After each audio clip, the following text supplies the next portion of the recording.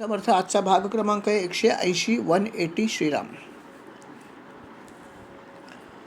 उद्धव स्वामी प्रगट झाले कारण भगवंताचा संकीर्तनाचा कार्यक्रम सुरू होता आणि त्या ठिकाणी अर्थात उद्धव जे आहेत ते तिथूनच प्रगट झाले. त्यांचं रूपसुद्धा भगवंतासारखंच होतं. कोणीतरी प्रश्न परवाच विचारला ना की रूप कसं असतं भगवंताचं पार्षदांचं, ते सगळं तूच विचारलं.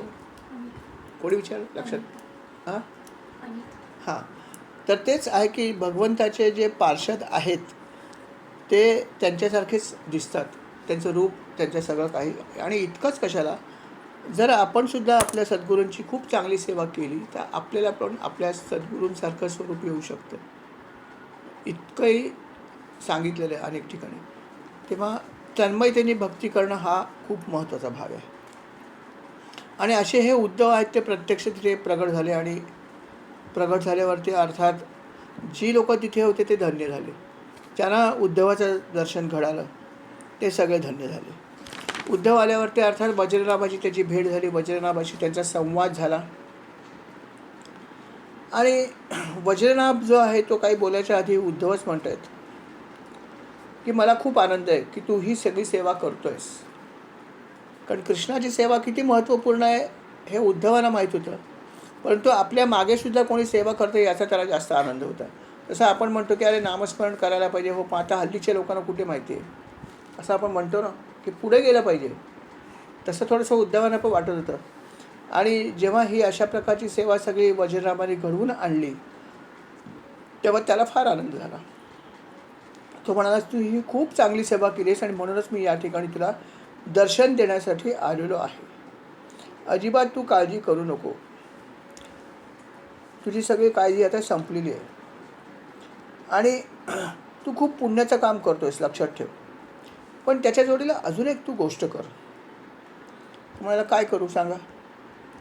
एक गोष्ट अजून ही करा तुम्ही की तुम्ही भगवंताचं जे भागवत जे आहे ते पण तुम्ही एकदा ऐका. हे पण त्यांनी सांगितलं. बघा, उद्धवांनी सांगितलं की भागवत कथासुद्धा तुम्ही थोडी ऐकली पाहिजे, ह्याच्यात फार पुण्य आहे. आणि त्यांनी म्हटलं की जिथे जिथे भागवत सेवा होते त्या त्या ठिकाणी प्रत्यक्ष भगवंत हजर असतात, हे लक्षात ठेवा. उद्धव सांगतायत भगवंताचे अंतरंगातले शिष्य ज्यांना भगवंताने अंतिम उपदेश केला त्याचे हे शिष्य सांगतायत की तुम्ही भागवत सेवा जरूर करा, भागवत ग्रंथ जरूर ऐका, काहीतरी त्याचं करा. त्यांनी असं म्हणलं की भागवताच्या एका किंवा अर्ध्या श्लोकाचा पाठ जरी केला तर तिथेसुद्धा भगवंत विराजमान असतात. आपल्याला दिसत नाही, हा आपला भाग आहे, पण इतकी त्यांना ती कथा प्रिय आहे भगवंताला. आणि म्हणून ते म्हणाले की ही भागवत कथा जरूर ऐका. त्यांनी असं म्हणलं की भाग्यवान लोकच फक्त दररोज भागवत शास्त्राचं सेवन करतात. नशीबवान, खरंच आपलं पुण्य आहे की आपण ही सगळी सेवा करतो आहोत, नियमितपणे होते आहे, त्यांची कृपाच आहे आपल्यावरती. ते म्हणाले की भागवत शास्त्राचं जो नियमित सेवन करतो त्याचा स्वतःचा उद्धार होतो, पण त्याच्या जोडीला पिता, माता आणि कुळातल्या इतर लोकांचा पण चांगल्या प्रकारे उद्धार होतो. याच्यामुळे इतकी शक्ती भागवतामध्ये आहे असं उद्धव सांगतायत. बाकीच्या गोष्टी तर सगळ्या छोट्या आहेत, त्या तर तुम्हाला अशाही मिळतात. जसं त्यांनी म्हणलं की धन मिळतं काही लोकांना, कोणाला काही आरोग्याचं पाहिजे असतं ते मिळतं, अजून काही इच्छा असतात, हे आता त्यांना सहजगत्या मिळतात. पण सगळ्यात मोठी गोष्ट म्हणजे ही आहे की त्यांच्यात सगळ्या पिढ्यांचा उद्धार होतो. आपला तर होतो पण पिढ्यांचा होतो, ही किती मोठी गोष्ट आहे. इतकं भागवत शास्त्र त्यांनी सांगितलं की पुण्य देणारं आहे, याच्यासाठी तुमच्यावर कृपाच पाहिजे. आणि हे सगळं मला भगवंतांनी पण सांगितलं की हे तू कर. सगळा उपदेश भगवंतांनीच केलेला आहे, लक्षात ठेवा. भगवंतांनीच सगळा उपदेश उद्धवाला केला आणि उद्धवाने तो पुढे आणला आहे. भगवंतांनी उद्धवाला एवढ्यासाठीच केला की हा पुढे गेला पाहिजे, माझ्यानंतर हा उपदेश कोण देणार. म्हणून भगवंतांनी तो उपदेश उद्धवाला केला आणि सांगितले इथे राहा. आणि म्हणून उद्धवाने आपलं शरीर त्याग केलेलं नाही. आजही त्यांनी आपलं शरीर ठेवलेलं आहे आणि बद्रिकाश्रमात ते तपश्चर्या करता आहेत. आणि जिथे जिथे भगवंताचा वास आहे त्या त्या ठिकाणी जर आपण काही सेवा केली तर आपल्याला पण दर्शन होऊ शकतं, जसं वज्रनाभाला झालं, असंही त्यांचं म्हणणं आहे.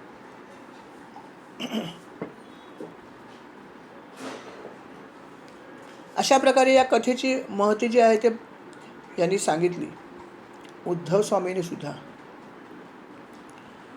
उद्धव स्वामींनी ही जेव्हा सांगितली तेव्हा ते म्हणाले की ही कथा कोण कोण अजून ऐकतं. ते म्हणाले, तुला सांगतो की ही कथा ब्रह्मदेवसुद्धा ऐकतात. कारण ब्रह्मदेवाला मुळामध्ये आपल्याला माहिती आहे भगवंताचं तप केल्यावरच सगळं ज्ञान झालं. भगवंताने ते त्यांना जो काही उपदेश केला, जे काही सांगितलं त्याच्यामध्ये हे पण सांगितलं की भागवताचं वाचन तू पण करत जा, भागवत माझ्या लीला ऐकत जा. कारण भागवतामध्ये सगळ्या लीलाच आहेत. या तू पण याचं सेवन करत जा, हे भगवंतानी ब्रह्मदेवाला पण सांगितलेलं आहे. अर्थात भगवंताच्या आज्ञेचं त्यांनी पालन केलं, यात शंकाच नाही आहे. आणि ब्रह्मदेवाला काय हवं होतं तर सृष्टीचं निर्माण व्यवस्थित करायचं होतं आणि ते त्यांनी सहजगत्या केलं. कारण काय की ही सगळं भगवंताने त्याला सांगितलं होतं आणि त्याप्रमाणे त्यांनी केलं. सगळेच देव ह्याचा उपदेश करतात आणि सगळेच देव ह्या कथेचं वाचन किंवा सेवन करतात. आता याच्यामध्ये आणखीन एक गोष्ट सांगितली त्यांनी की भगवान विष्णू जे आहेत, या भगवान विष्णूसुद्धा स्वतः याचं सेवन करतात. आता याच्यामध्ये थोडासा डिफरन्स काय आहे, तुम्ही म्हणाल तर भगवान विष्णूच तर सगळे मेन आहेत, मग असं कसं काय. पण थोडंसं भागवतामध्ये या ठिकाणी वेगळा अँगल आहे. भागवतामध्ये त्यांचं असं म्हणणं आहे व्यासमुनींचं की खऱ्या अर्थाने तुमचा महापुरुष किंवा ज्याला आपण विराट पुरुष म्हणतो तो म्हणजे श्रीकृष्ण आहे. श्रीकृष्ण हाच त्यांनी मुख्य पुरुष मानलेला आहे आणि त्यांच्याकडून बाकी सगळ्या गोष्टी घडल्या आहेत. म्हणजे कृष्ण हाच त्यांचा खऱ्या अर्थाने सर्व आहे, असं भागवत कथेचं आणि भागवताचं म्हणणं आहे. आणि त्याला अनुसरून त्यांनी असं म्हणलं की आदिपुरुष कृष्ण यांनी जो जो उपदेश ज्यांना केला त्याच्यामध्ये हा त्यांच्यापासूनच हे 3 देव निर्माण झाले, ब्रह्मा विष्णू आणि महेश. श्रीकृष्णांपासूनच आदिपुरुष श्रीकृष्ण असं म्हणलं. आणि त्याच्यामध्ये त्यांनी या सगळ्या देवांना हाच उपदेश केला. म्हणजे श्री विष्णूनं पण त्याने हाच उपदेश केला की माझ्या या लीला ज्या आहेत त्याचं तू सेवन कर किंवा भागवताचं सेवन कर, असा उपदेश त्यांनी श्री विष्णूंना सुद्धा केलेला आहे. अर्थात तिन्ही भगवंतांनी त्याच्या या गोष्टीचं पालन केलं आणि त्यांनी असं म्हणलं की भगवान विष्णू लक्ष्मीसह प्रत्येक महिन्यात भागवताचे स्मरण करायला लागले. आणि गंमत अशी आहे याच्यामध्ये की ही कथा जी आहे विष्णू सांगतात, लक्ष्मी ऐकते. कधीतरी लक्ष्मी सांगते आणि विष्णू ऐकतात, आलटून पालटून सेवा चालू आहे, बरोबर आहे. पण त्यांनी असं म्हणलं आहे की भागवत कथा जेव्हा विष्णू सांगतात तेव्हा ती एका महिन्यात पूर्ण होते, पण जेव्हा लक्ष्मी सांगते आणि विष्णू ऐकतात तेव्हा 2 महिने लागतात. हा फरक आहे. आणि दुसऱ्या जेव्हा लक्ष्मी सांगते त्याच्यामध्ये रस जास्त असतो आणि रस असल्यामुळेच ती सेवा 2 महिन्यापर्यंत लागते. खूप कथा रंगलेली असते. आणि कारण अर्थात विष्णूंकडे काम आहेच ना. विष्णूंकडे जगपालनाचं काम आहे. जगाचे तारणहार आहेत ते. जगात कुठे काय चाललं आहे त्याला सतत बघायला लागतं. आपल्या हिशोबामध्ये होम मिनिस्टर आहेत ते. इंटरनल सिक्युरिटी, एक्सटर्नल सिक्युरिटी सगळी जी आहे गृह खाते त्यांच्याकडे आहे खऱ्या अर्थाने. आणि त्यामुळे जगात कुठेही काय झालं तर त्यांना बघावं लागतं की कोणावर काय संकट आलं आहे, कुठल्या ऋषींना कोण त्रास देत आहे, मला काय करायला पाहिजे, कुठे कोणाला काय शाप दिला आहे, काय नाही दिला आहे, त्याचं निवारण कसं करू, सगळी जगाची चिंता विष्णूने आहे. त्यामुळे विष्णू स्वतः त्या गोष्टीमध्ये एकीकडे त्यांचं लक्ष असतं, त्यामुळे ते 1 महिन्यातच पूर्ण करतात. पण लक्ष्मीला असं काही नसतं. लक्ष्मीला फक्त एकच असतं की आपल्या पतीबरोबर बसायचं, बाकी तिला काय करायचं नसतं. त्यामुळे ती जेव्हा ही सेवा करते तेव्हा खूप रसपान करते, रसस्वाद त्याच्यामध्ये येतो आणि म्हणून 2 महिने लागतात, डबल लागतो कालावधी. हे त्या कथेचं वैशिष्ट्य आहे. पण कथा दोघंजणं नियमाने आलटून पालटून ऐकत असतात. बघा, त्याच्या हे भगवंत तर करतात विष्णू, आणि रुद्रांनी पण तेच केलं. रुद्रांनी पण ही सेवा केलेली आहे. रुद्रसुद्धा भागवत सेवा करतात. आणि ही सेवा करण्याचा उपदेश त्यांना कोणी केला असेल तर बृहस्पतीने केला. देवांचे गुरु बृहस्पती म्हणाले की ही सेवा तू करत जा, आणि तेही अशा प्रकारे सेवा करतात. ते 1 वर्षाची पारायण सेवा करतात. आणि त्यांना करायची गरज काय, तर ते म्हणतात की माझ्याकडे बाकी काही प्रश्न नाही, फक्त माझ्यामध्ये तमोगुण खूप जास्त आहेत. ते तमोगुण मला नियंत्रण करता येत नाही. जेव्हा ते जागृत होतात तेव्हा मी काही करू शकत नाही. बरोबर, जेव्हा तमोगुण जागृत होतं भगवंत भस्मच करून टाकतात ना सगळ्यांना. त्यांचा क्रोध आहे तो अनावर होतो. ते म्हणतात की हाच एक थोडासा माझा जो भाग आहे, हाच माझा थोडासा आहे, आणि म्हणून ते म्हणतात तू भागवत कथा कर. आणि रुद्रसुद्धा स्वतः भागवत सेवा जी आहे ती करता आहेत आणि करत असतात. आणि त्याच्यामुळे अर्थात त्यांना नक्कीच त्याचा उपयोग झाला असणार. आणि असे एक गोष्ट आहे की स्वतः रुद्र जे आहेत ते विष्णूंचे भक्तच आहेत. रामाचेच भक्त आहेत म्हणा, विष्णूंचे भक्त म्हणा, कारण ते नेहमी जेव्हा केव्हा ध्यान करतात ते रामनामाचा जप करत असतात, असं तर त्यांनी स्वतःच सांगितलेलं आहे. बरोबर आहे. त्यामुळे ते असेही त्यांचे भक्त होते, आणि त्यांना तो जो उपदेश केला तो पण त्याच्याशी निगडीतच होता. आणि म्हणून ते स्वतःसुद्धा अशा प्रकारे ही सेवा करत असतात, असंही उल्लेख आहे. उद्धव म्हणाले, ह्या भागवताचा महिमा अपार आहे. कोण भागवत सेवा करत नाही ते मला सांगा. सगळे देव, सगळे ऋषी, सगळे मुनी, सगळे हे जेव्हा जेव्हा जमेल तेव्हा ही सेवा करत असतात. उद्धवाने सुद्धा जेव्हा गोपिकांना खूप विरह निर्माण झाला होता तेव्हा त्यांना हा संदेश दिला होता वेगळ्या प्रकारे. अर्थात त्याच्यामध्ये अर्थात त्यांनी हेच सांगितलं होतं की भगवंताच्या ज्या ज्या लीला आहेत त्याचं स्मरण तुम्ही करा. त्यावेळेस सांगितलं होतं की भगवंताच्या कथांचं आणि लीलांचं स्मरण करा, तुमचं दुःख निघून जाईल. हा संदेश त्यांनी दिला होता. आणि खरोखर ते गोपिकांनी सुद्धा त्या प्रकारे केलं, आणि ते केल्यामुळे त्यांचंसुद्धा दुःख दूर झालं होतं. थोडक्यामध्ये असं आपण म्हणू शकतो की भगवंताच्या लीलांमध्ये आणि कथांमध्ये खूप शक्ती आहे. हे तर 100% आहे, सत्यच आहे की त्या कथा आपण जर ऐकल्या तर मनुष्य तन्मय होतो. अक्षरशः खरोखर देहभान कधी कधी विसरून जातो आपण. इतक्या त्या लीलांमध्ये आणि कथामध्ये शक्ती आहे, आध्यात्मिक शक्ती पण आहे आणि गोडवा पण आहे. जिथे व्यासमुनींना सुद्धा हा ग्रंथ लिहावा वाटला म्हणजे अलौकिक यात शंकाच नाही आहे. इतकंच कशाला, अनेक लोकांनी त्यांचे अनुभव पण सांगितले. अनेक आपण ही सेवा इतके दिवस झाले महाराजांच्या कृपेने करतो आहोत. सतत 4थ्यांदा आपली ही सेवा चालू आहे. आणि अनेक लोकांनी येऊन सांगितलं आहे की आम्हाला असा अनुभव आला आहे की आमच्यामध्ये बदल घडला आहे. असं त्या भक्तांनी येऊन सांगितलं आहे. कितीतरी की जे नियमितपणे ऐकतात त्यांनी येऊन सांगितलं की आम्हाला स्वतःमध्ये काही बदल घडलेत हे जाणवतं. आणि इतकंच कशाला, आम्हाला इतरांमध्ये पण बदल घडलेत हे जाणवतं, असं पण येऊन सांगितलं. हे नक्कीच एक म्हणजे प्रचितीच आहे मी म्हणेन की भागवत सेवेचा काय. आणि असं एकाने नाही, असे अनेक भक्तांनी येऊन सांगितलं. नावं कोणाची मी सांगत नाही, पण हेही सांगितलं की भागवत सेवा जी लोक अटेंड करतात त्या सर्व लोकांच्या मध्ये खूप फरक पडला असं आम्हाला जाणवतं. असंही काही लोकांनी सांगितलं की त्यांच्या भक्तीमध्ये खूप वृद्धी झाली, असंही काही लोकांनी येऊन सांगितलं. आणि हा सगळा भाग ऐकल्यावरती अर्थात आपल्याला थोडंसं बरं वाटतं की खरोखर इतरांच्या तोंडून पण हे ऐकायला मिळतं. फक्त भागवतात लिहिलं आहे असं नाही, हा अनुभव प्रचिती अनेक लोकांनी घेतली आहे. आपल्याच या ग्रुपमधल्या त्यांनी येऊन सांगितली ही गोष्ट की हा आमचा स्वानुभव आहे की आम्हाला आमच्यात पण काही गोष्टी ज्या होत्या त्याच्यात आम्हाला फरक जाणवला.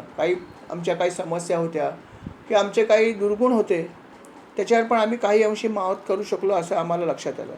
आणि ते म्हणाले की इतरांच्या पण वागण्यामध्ये फरक पडला हेही आम्हाला जाणवतं आहे, असंही येऊन सांगितलं. म्हणजे विचार करा की भागवत सेवेचा किती काय इफेक्ट आहे, खरोखर जबरदस्त आहे. आणि हा स्वानुभव आहे. आणि आपण सुद्धा बघतो की जेव्हा भागवत सेवा आपली होते तेव्हा आपल्याला किती छान वाटतं. झाल्यावर सुद्धा 1-1.5 तास खूप छान जातो. असं वाटतं की ही सेवा चालू राहावी. खूप आनंद मिळतो, आपल्याला सर्वांनाच मिळतो. हीच त्या भागवताची शक्ती आहे. की तुम्ही कुठल्याही मार्गामध्ये असा तुम्ही काही करा, पण हे टॉनिक भागवताचं मनुष्याने सेवन करायला पाहिजे. हे 100% स्वानुभव सर्वांचाच आहे, आपल्या सर्वांचाच हा अनुभव आहे. आणि म्हणून उद्धवपा म्हणतात की तुम्ही बाकी काय करायचं ते करा, पण भागवत सेवा तुम्ही जरूर करा. त्यातून तुम्हाला सगळ्या गोष्टीचा नक्कीच मिळतील, यात शंकाच नाही. ह्याचा तुम्ही विचारच करू नका. हे सगळं घडलं, उद्धवाने त्याचा महिमा सांगितला, हे सगळं एकीकडे घडलं. त्यावेळेस थोडासा संवाद जो झाला त्याच्यामध्ये अजून एक गोष्ट पुढे आली की परीक्षित राजा त्यावेळेस असं म्हणाला उद्धवाला की महाराज, मला एक गोष्ट आणखीन सांगा की आता कलियुग सुरू आहे, तर या कलियुगाच्या संदर्भात आपली काय आज्ञा आहे माझ्यासाठी, सांगा काही आज्ञा असेल तर. तो म्हणाला कलियुगाचं ठीक आहे, कलियुग आलं आहे ते आता येणारच होतं, थोडासा त्याला तो नियंत्रण कर, जास्त काय करायची गरज नाही, कारण हे येणं गरजेचं पण आहे.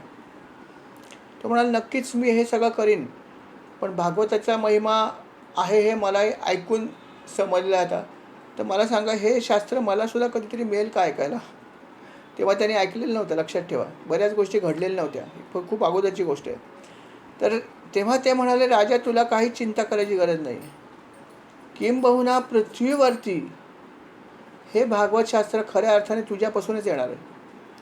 खऱ्या अर्थाने पृथ्वीवर ही कथा तुला सांगण्यात येईल आणि तुझ्यासाठीच हे शास्त्र आहे असं समजायला हरकत नाही. आणि तुला जेव्हा ही कथा सांगण्यात येईल 7 दिवसात, त्याच्यानंतर ती पृथ्वी तलावर त्याचा खऱ्या अर्थाने प्रसार होणार आहे.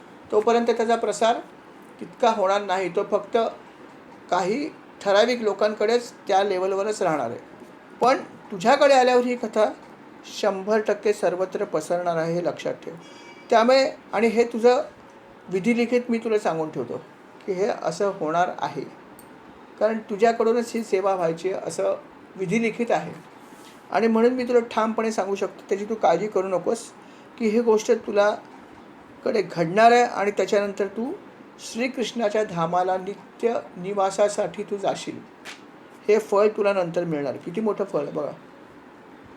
हां, फक्त तू एक काम कर की कलीला थोडंसं बंधन घाल, तो अनिर्बंध सुटता कामा नये. आणि म्हणून तर त्यांनी पुढे असंही म्हणलं आहे की कली जो आहे त्या कलीवरती तो बाण घेऊन गेलेला मारायला, इतकी शक्ती होती त्याच्याकडे. कली त्याला शरण आला, तर तो कलीला म्हणाला की मारणार तर नाही मी तुला, तू माझ्या शरण आला आहेस, शरणागताला आम्ही मारत नाही, मी क्षत्रिय आहे, शरणागतावर मी कधी बाण चालवत नाही, तर मी तुला क्षमा करीन, फक्त मी सांगतो तसं वाग, मी सांगेन त्या ठिकाणीच राहायचं, सगळीकडे फिरायचं नाही. आणि मग ते आपण ऐकलंच आहे की फक्त 3-4 ठिकाणी त्यांनी सांगितलं की तू राहू, 3 ते 4 ठिकाणं असे सांगितले की तिथे तू राहू शकतोस, बाकी सगळीकडे फिरायचं नाही. त्याच्यामध्ये दारूचा गुत्ता एक आहे, दारू पिण्याची जागा निषिद्ध ठरवली जाते, जुगार खेळण्याची जागा निषिद्ध ठरवली जाते. त्याच्यानंतर कुठली, सोनं, तिथे मनुष्याला मोह होता आणि मोह निर्माण झाल्यावर अजून काय होतं, म्हणून त्यांनी तेही सांगितलं की तिथे पण तू राहू शकतोस, अशा ठिकाणी पण जाऊ शकतोस अशा. आणि चौथी जागा होती का, एक जागा अजून कुठली तरी, कोणाला आठवते का चौथी जागा कुठली ती? हां, नाही, एक जागा अजून तरी सांगितलेली, ती पण विसरलो बघा. पण 3 ते झालं, एक सोनं, दारू आणि जुगार, ह्या 3च झाल्या. अजून एक आहे काय मला लक्षात नाही, तर पहिल्या ग्रंथात पहिल्या भागात बघायला पाहिजे काय ते. हां बोला, व्यभिचार. हां ना, हां, वेश्या व्यभिचार, करेक्ट, व्यभिचार करणं, बरोबर. हा तुम्ही करू नका, हे एक त्यांनी सांगितलं की अशा ठिकाणी पण नक्कीच तू राहू शकतोस, नव्हे तू राहाच. आणि ही 4च जागा दिल्यात. आणि खरोखर मनुष्य, खरोखर ज्याचा अधपात होतो तोच मनुष्य जातो बघा ना. सोन्याचं दुकान अपवाद सोडून द्या, पण अदरवाईज बाकी 3 ठिकाणी त्या अधपात झालेलीच माणसं जातात. दारू प्यायला कोण जातं, अधपात झालेलीच लोकं जातात. आता तुम्ही म्हणाल की आपली व्याख्या अशी असते समाजामध्ये की स्कॉच विस्की प्याली तरी दारू प्याली असं लोक मानत नाहीत. त्यांना वाटतं की 10 रुपयाचा जर कंट्री प्यारली तर दारू पितात असं, आणि आपण त्याच्याकडे तुच्छतेने बघतो. परंतु जरी स्कॉच प्याली तरी पण ते पण दारू हे सुद्धा मद्यच आहे ना. ते काय 1000 रुपयाला पेग मिळाला म्हणजे काय त्याला काय पवित्र मानत नाही भागवत. बरोबर की नाही? परंतु अनफॉर्च्युनेटली या गोष्टीला नेमकं आपण बघत नाही नीट या दृष्टीकडे. मला आठवतं गंमत, एक अशीच एक गोष्ट घडली होती की माझ्या ऑफिसच्या कामासाठी मी दिल्लीला गेलो होतो. सांगितली की नाही मला लक्षात नाही, पण सांगितली असेल तरी ऐका, नसेल सांगितली तर नवीन गोष्ट की मी आमच्या ऑफिसच्या कामासाठी एकदा दिल्लीला गेलो होतो. आणि तिथे थंडीचा मोसम होता. थंडी दिल्लीला खूप असते. आणि तेव्हा मला एक बग्गी मिळाली. त्यावेळेस बग्गी का अशी रिक्षा मिळाली, दुसरी काही अवेलेबल नव्हती. रिक्षात मी बसलो, मी आणि माझे कलिग्स. रिक्षावाला दारू प्यायला होता अर्थात, आणि तो दारू प्यायला होता आणि तो आम्हाला घेऊन गेला. तेव्हा माझे काही सहकारी म्हणाले, काय हा दारुड्या आहे. मी म्हटलं दारुड्या आहे ठीक आहे, पण तुम्ही नंतर काय करणार आहात. माझे कलिंगसुद्धा जे आहेत ते ड्रिंक्स वगैरे घ्यायचे. रात्री सगळं काम झालं की ते ड्रिंक्स घ्यायचे. आमचं छान 5 स्टार हॉटेल होतं, ते सगळं ठीक आहे. ते सगळे ड्रिंक्स वगैरे घ्यायचे. आणि मला म्हणतात की अशी रिक्षात का बसलास, ही काय निवडलीस तू, हा त्या साला दारुड्या आहे, दारू घेऊन हे काम करतो आहे. मी म्हटलं तो करतो आहे त्याचं कारण तरी आहे निदान. तो बिचारा गरीब आहे, त्याच्याकडे पैसे नाही आहेत, त्याच्याकडे वस्त्र नीट नाही आहेत, थंडीचा मुकाबला करायला त्याच्याकडे नीट सामान पण नाही आहे. तो पोटासाठी काहीतरी धडपड करतो आहे, 8-8, 10-10 तास मेहनत करतो आहे. पण त्याचं दुःख विसरण्याचा तो प्रयत्न म्हणून हा प्रयत्न, तो प्रयत्न जरी चुकीचा असला तरी त्याला पर्याय नसल्यामुळे दारू पितो आहे. तुम्हाला काय प्रॉब्लेम आहे. तुम्ही छानपैकी आयशारामात तिकडनं जाल, हॉटेलमध्ये जाल, ए सीमध्ये बसाल, आणि तिथे बसल्यावर तुम्हाला काही त्रास नसेल तुम्ही स्कॉच विस्की मागवाल. मग ही काय फार चांगली गोष्ट आहे का. ही दारू पिणं काही पाप नाही आहे का. तुम्हाला आणि गरज नाही आहे तरी पण पिताय का, तर फन म्हणून पिताय, पैसे आहेत म्हणून पिताय. तुमच्याकडे पैसे आहेत म्हणून तुम्ही स्कॉच पिताय, त्याला पण काही जस्टिफिकेशन नाही आहे. आणि हा मनुष्य पैसे नाही आहेत म्हणून 10 रुपयाची पितो, पण ते पण नाईलाज म्हणून पितो. कोणाचं जास्त बरोबर आहे. बरोबर दोन्ही नाही आहेत, चुकीचे आहेत, पण तरी चूक तुमची जास्त आहे, कारण तुम्ही त्याचं समर्थन करता ना. तो निदान असं तरी म्हणत नाही की मी चुकीचं केलं नाही आहे. तो म्हणेल सुद्धा, हो काय करू, माझा नाईलाज आहे. पण तुम्ही काय करताय असं बोलल्यावर त्यांचं जरा हे झालं. ते म्हणे, हेमंत काय हे सांगतो. म्हटलं दुसऱ्यावरती बोट दाखवण्यापूर्वी आपण विचार केला पाहिजे की आपण काय करतो आहोत. बरोबर आहे ना. आणि म्हणून तर म्हणलं की हल्ली जे कलीला त्यांनी राहायला सांगायची जागा दिली आहे त्याच्यामध्ये काही जागा आपण ॲक्सेप्ट केलेल्या आहेत की दारू पिणं हे फॅशन समजली आहे. ते हाय सोसायटीमध्ये दारूचे स्टॉल असतात. मला आठवतं की मी एका घरी गेलो होतो. हिंदू व्यक्तीचं घर होतं, म्हणजे ख्रिश्चन किंवा दुसरा कोण असतं तर मी काय बोललो नसतो. पण मला आठवतं की मी एका हिंदू व्यक्तीच्या घरी गेलेलो, असंच एका ठिकाणी गेलेलो. त्यांनी सुंदर बंगला बांधलेला, सुंदर बंगला बांधला होता. आणि मला त्यांनी बंगला बघायला बोलवलं. रामाचा भक्त तो, मेन म्हणजे रामाचा भक्त होता, म्हणून मी मुद्दाम गेलो की अरे राम भक्त आहे. आणि म्हणून मी बंगला बघायला गेलो. बंगला छान म्हणजे अतिशय सुंदर होता, खूप काय काय केलेलं. आणि मग बघता बघता ते एक जागा आला आणि म्हणाल की ही जागा बघितली का काय. म्हणलं ही कसली जागा आहे, मला समजली नाही. म्हणजे ही जागा इथे दारूच्या बाटल्या ठेवायची जागा. म्हणलं ही तुझ्या घरात कशी काय. म्हणलं तुझ्या घरामध्ये ही जागा कशी काय आली. तर मला म्हटलं नाही, आमच्यामध्ये ही पद्धतच आहे. म्हणजे ही जागा नसेल तर घर परिपूर्ण होत नाही. जसं टी व्ही बघायला जागा एक ठेवावी लागते, काहीतरी बसायसाठी कोच ठेवावा लागतो, काही जसं काही काही गोष्टी आपण म्हणतो ऑब्लिगेशन्स असतात, कंपल्सरी आहेत. तो अतिशय हुशार शिक्षित समाजाचा होता, रामाचा भक्त होता. गंमत बघा, रामाचा भक्त पण होता हे मला आठवतं. पण तो म्हणतो आमच्या समाजामध्ये ही पद्धत आहे की बंगल्यामध्ये हे ठेवायची जागा लागते आम्हाला, आणि म्हणून मी ही जागा बनवून ठेवली आहे. फक्त म्हटलं अजून ठेवली नाही आहे, बंगला आत्ताच बांधला आहे. तर म्हटलं बाबाने जागा बनवलीच, पण हे सगळं तू करणं तुला बरोबर वाटतं का. ज्या मार्गामध्ये आपण आहोत त्या मार्गामध्ये हे चालतं का. निषिद्ध आहे ना. मग निषिद्ध असेल तर तू कशाला ही जागा बनवलीस ती बनवली, निदान ठेवू तरी नको. आता मला बोलवलंच आनंद आहे, परत नेक्स्ट टाईम ठेवलीस तर मला बंगला बघायला बोलवू नको. आणि स्पष्ट लिहिलं की जिथे दारू आहे तिथे कली आहे. दारूसाठी तुम्हाला हॉटेलमध्ये जायची गरज नाही, घरी आणून ठेवली तर घरी पण येईल तुमच्या तो. कलीला सांगेल की जिथे हे अशा प्रकारची गोष्ट होते तिथे राहा. घरात जर मी मोठ्या आयशारामात जर आणून ठेवली असेल विस्की आणि स्कॉच आणि याव ना त्याव, आणि जर मोठेपणाचं लक्षण म्हणून पीत असेल कली तुमच्या बाजूलाच्या खुर्चीवर बसल्या एवढं लक्षात ठेवा आणि प्या कशी पिता येते. कारण या गोष्टी चालत नाहीत. परंतु कलियुगामध्ये म्हणतात ना, कसं घडलं बघा, भ्रष्टाचाराला शिष्टाचाराचं हे आलं की काय 50-100 रुपये फेका काय होत नाही, त्यावेळेस लागतात पैसे. ही आमची मानसिकता आहे. आणि म्हणून अशा ठिकाणीच कली आहे. सगळ्या ठिकाणी जिथे जिथे वाईट गोष्टी होतात सगळ्या ठिकाणी कलीचा प्रादुर्भाव नक्की आहे, यात शंका नाही आहे. आणि म्हणून त्यांनी सांगितलं की या गोष्टींपासून तुम्ही लांब राहा.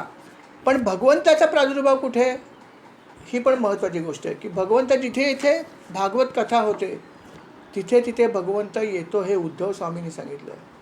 की तुम्ही भागवत वाचायला सुरुवात करा, भगवंत आहेतच.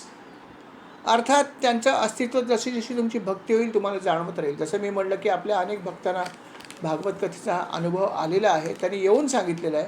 नाव फक्त मी सांगत नाही कोणाचं, की असे अनुभव अनेकाला आलेत की भागवत कथेमध्ये कथा ऐकल्याचा काय परिणाम होतो याच्या अनेक उदाहरणं आहेत.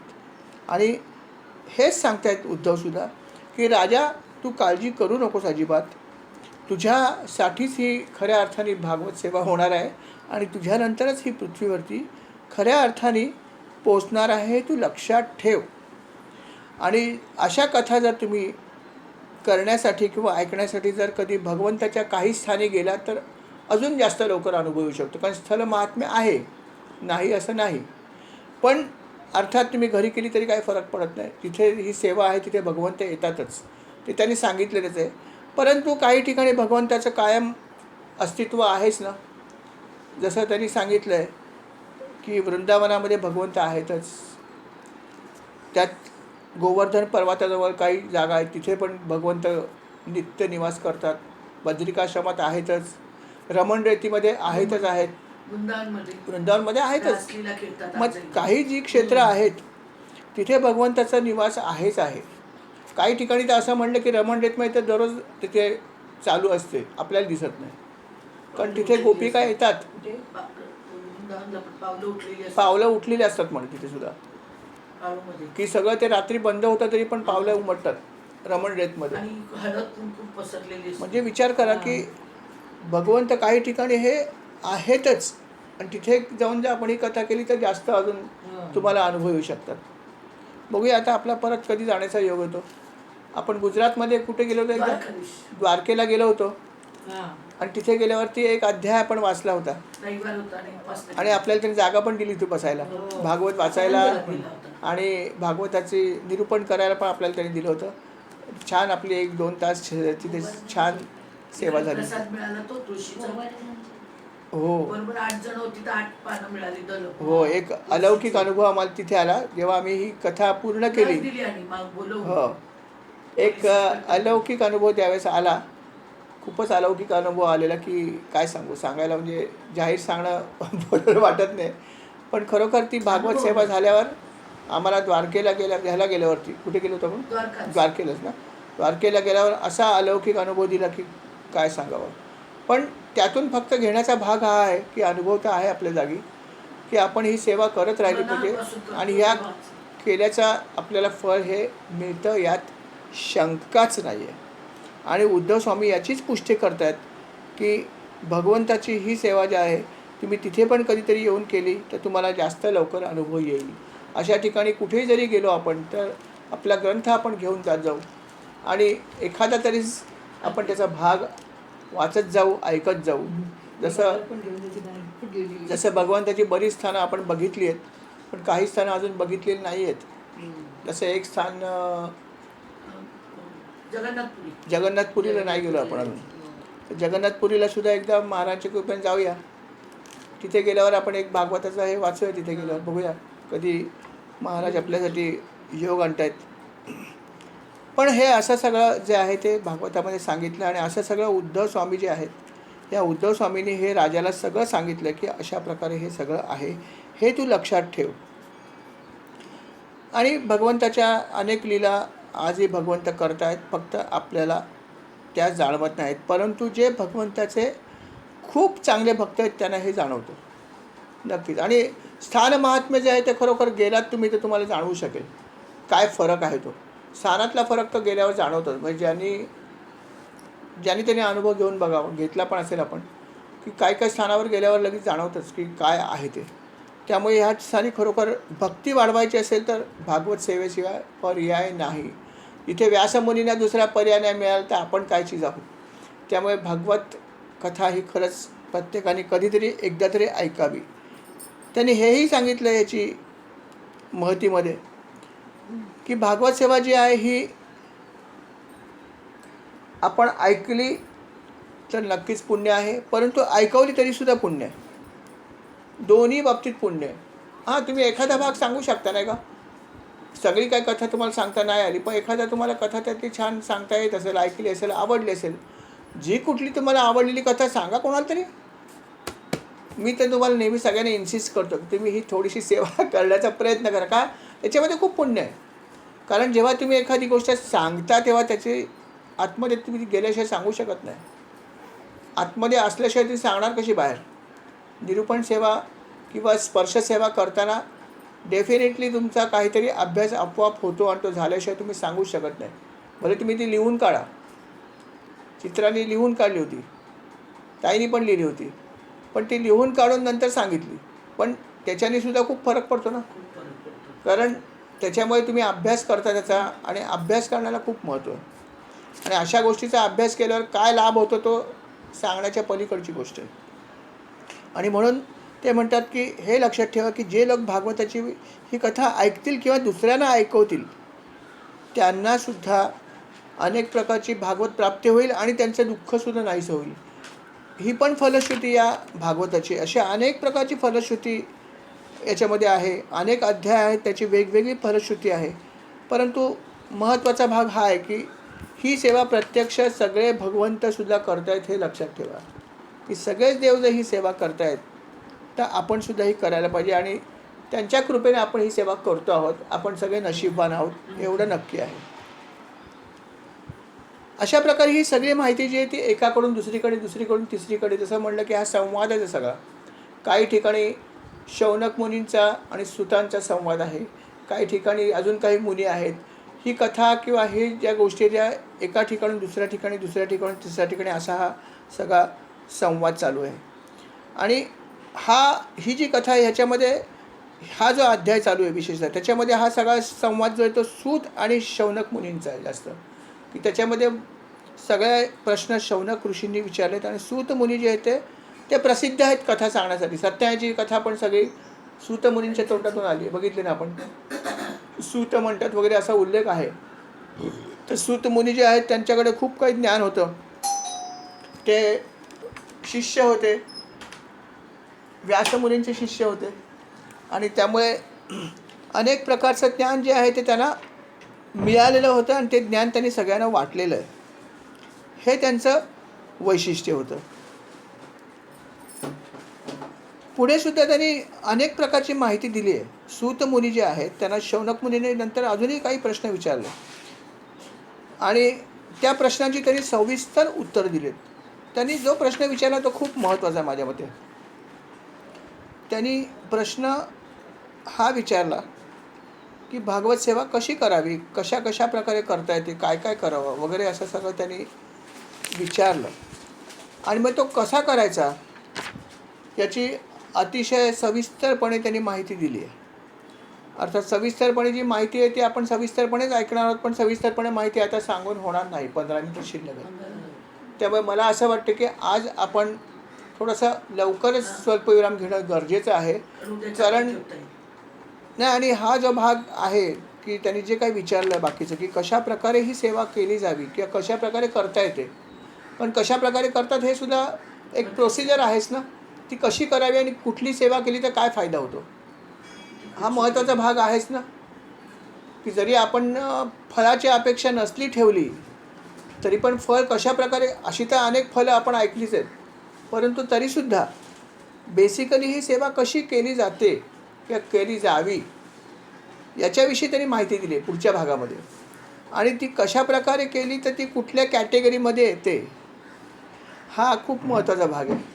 की कशा प्रकारे सेवा केली तर ती कुठल्या भागामध्ये मोडते ही पण त्यांनी खूप सुंदर अशी माहिती सगळी दिली आहे.